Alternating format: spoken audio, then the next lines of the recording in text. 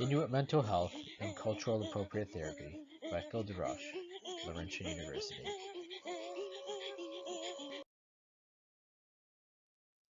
By the end of this presentation, you should see the evident intersection between Inuit culture, historical trauma, and the family systems therapy. The presentation will use the following outline.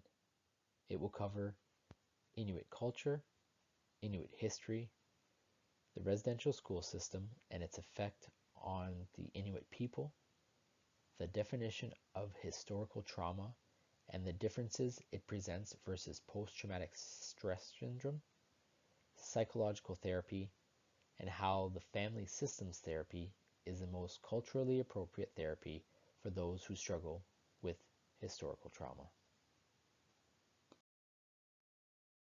The 2011 census conducted by Statistics Canada indicated that there were nearly 60,000 Inuit people living in Canada. This represents 4% of all Aboriginal peoples across the country. The Inuit people are an Aboriginal group which hold one of the oldest cultures in Canada. Evidence dating 4,000 years ago have been found in Nunavut. The Inuit mostly live in 53 communities located in the northern regions of Canada, known as Inuit Nunangat, which means land, water, and ice. Roughly 60% of Inuit report an ability to conduct a conversation in Inuktitut, the Inuit language. The Inuit people are a collectivist culture built on community values, shared responsibility, and using consensus for problem solving. They are known as excellent hunters and gatherers and would move seasonally from one camp to another. They would often use shamans and traditional healers in their everyday life and practice spousal exchange before the introduction of the white man. Although they are one of the oldest cultures in Canada, the first real outsiders to influence the Inuit were the Scottish and American whalers. These fishermen used the help of the Inuit in exchange for flour, tobacco, small boats, and guns. Tuberculosis was introduced to the Inuit immune system, which they were unable to handle, and many lives were lost. Cultural shifts happened with the introduction of missionaries. The shaman began hiding, and conversion to Christianity quickly became the norm. The government era introduced some of the biggest colonization changes, including the residential school system and moving the Inuit into crowded settlements. Kill the Indian, save the man was one of the slogans that drove the residential school system. Children were made to leave their families in order to withdraw them from all aspects of their native culture. Schools were federally supported and church operated by Catholic, Anglican, United, and Presbyterian denominations. Two primary objectives of the residential school system were to remove and isolate children from the influence of their families, traditions, and cultures, and to assimilate them to the dominant Canadian culture. Compulsory Indian residential school attendance ended in 1948, although Inuit children only began attending residential schools around 1950. The last residential school did not close until 1996. Residential schools were purposely located far away from Inuit communities in order to limit the opportunity for children to have communication with their families. Schools were often overcrowded, and strict discipline was the norm. Young boys had to cut their hair short and wore school-enforced uniforms. Siblings were often segregated to limit interaction and conversation in their native tongue. Physical and sexual abuse was common in the schools.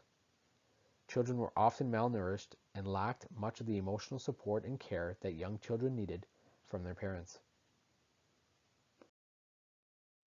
Short-term impacts include suppression of emotions due to the expectations and conditions of the residential schools. Many family relationships were severed, and children no longer looked up to their parents when they returned home because they were taught that their parents were inferior. Children quickly lost the ability to speak in their native language and were disconnected with their culture, family, and elders. In some cases, children died while attending the schools. Residential school children were no longer Inuit, and they were also not white. They fell into a limbo area where they could not associate with either culture, causing serious identity and acceptance issues. They were still outcasts from the general white society and had difficulty finding employment and fitting in. Long-term impacts of the residential school system include psychological trauma, such as post-traumatic stress syndrome, the more prominent historical trauma, which includes lasting impacts across generations, drug and alcohol abuse as coping mechanisms, violence and sexual abuse against women and children. Those who survived residential schools returned to communities they no longer knew and families, cultures, and traditions they no longer associated with. Because children living in residential schools were not raised in family settings, they did not receive fundamental parental experiences. They were not taught how to problem solve within a community or how to deal with emotions in a healthy manner. As a result, when they later became parents, they acted in the same abusive practices they were taught. Many are still passing historical trauma onto their children. The current generation of young people are now being raised by those whose parents have been students in the schools. The ripple effect of damaging parental practices and traumatization are being passed down from one generation to the next. Historical trauma has resulted in forced lifestyle changes, or as Dr. Joseph Gahn would call it, colonization as abuse. With the rapid modernization of society, many Inuit people are left trying to connect with the way their ancestors were raised. The increase in non-Inuit service providers, government personnel, and healthcare workers further distance Inuit people from their traditions and rich history. Historical trauma accentuates and implicates the processes of colonization rather than mixed genes or struggling minds as the main cause in the high levels of distress that afflict Inuit communities. What PTSD typically fails to capture is the complex, collective, cumulative, and intergenerational issues that surround the historical trauma related to the residential school system. Trauma linked with PTSD is often described as a singular horrific event, such as a one-time catastrophic event. As multiple traumatic experiences recur over time, they tend to mix together, and the more difficult it becomes to link symptoms of PTSD to these traumas. Typical therapy for a PTSD event would involve cognitive behavioral therapy. This is a therapy that is widely used by psychologists and therapists for those who suffer with PTSD. Cognitive therapists look to decrease distress and change symptoms through addressing the main negative beliefs. They identify the negative patterns that are being caused by the negative thoughts and look to change these patterns. They provide a substitute thought through a balanced counter belief or help to learn to accept and then let go of the negative thoughts.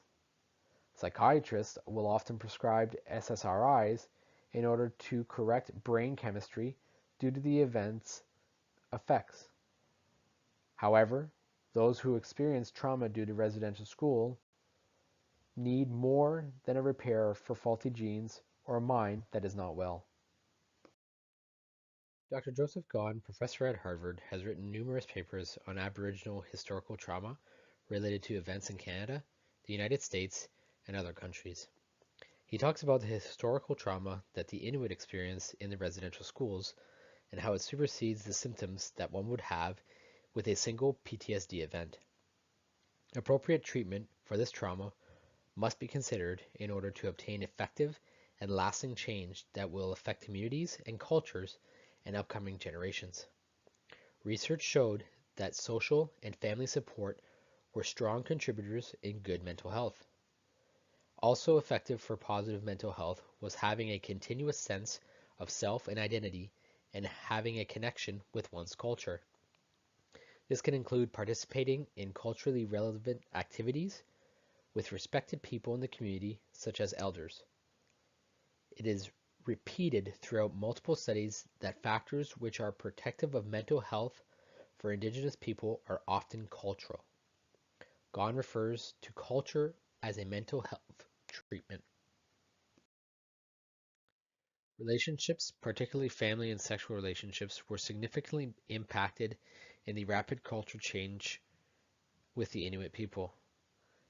This is serious for a family-based collectivist culture. Studies have shown that family change has been the most negative repercussion of colonialism for Indigenous and Inuit people. Kinship has been the foundation of Inuit social organization. Relationships used to be the core of one's life, as one's parents and grandparents were one's teachers and mentors. For the Inuit people, the healing will come through not only being listened to, but more importantly, being heard. Each Inuit or residential school survivor will have a unique and personal story of neglect, family breakdown, and child abuse. Therapists should be mindful of the story being shared in session as they work towards finding effective healing for their Inuit clients. Individuals struggling with past trauma, substance abuse, identity crisis, and family issues are looking for counselors that understand their needs and culture. These counselors should be empathetic, knowledgeable, culturally sensitive, and involved. A family systems therapy shifts focus from an intrapsychic approach to one that is more holistic in examining family, culture, and history, including Inuit values. As Inuit people traditionally lived in small, tight-knit communities, when one person was having personal or family problems, the whole community was affected. The family systems approach is effective because it utilizes aspects of Inuit traditions such as reaching consensus and soliciting support from family members who could assist with the process of healing. Community-based approaches that emphasize connectedness, belongingness, and cultural heritage are beneficial to the healing process. Therapists who wish to provide culturally sensitive therapy to the Inuit people should have an understanding of the collectivist Inuit social structure, the history of colonialism, and the resulting psychosocial issues. This approach allows for a more holistic perspective and enables counselors to use social justice as an umbrella in therapy. Participation in traditional cultural practices is what seems to work best for spiritual transformation and accompanying shifts in collective identity, purpose, and meaning making. Kwaji Majtik Kwanjit means the Inuit way of doing things, and knowledge of these values would assist counselors by providing them with a better understanding of Inuit clients, thus strengthening their cultural sensitivity. Some of these practices can include sweat lodges and smudging. Community-based approaches that emphasize connectedness, belongingness, and cultural heritage is what seems to be the most effective in healing. Using a community development approach and allowing clients to align themselves with their family, community, and their nation provides them with what is needed to reconnect with their lost cultural identity. Cultural identity is the central part of healing, recovery, and empowerment.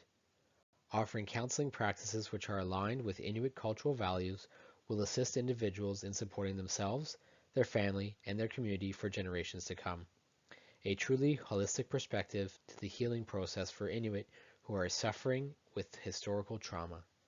The new slogan for this mission should be Rebuild the Inuit, Save the Man. Thank you for participating in this presentation.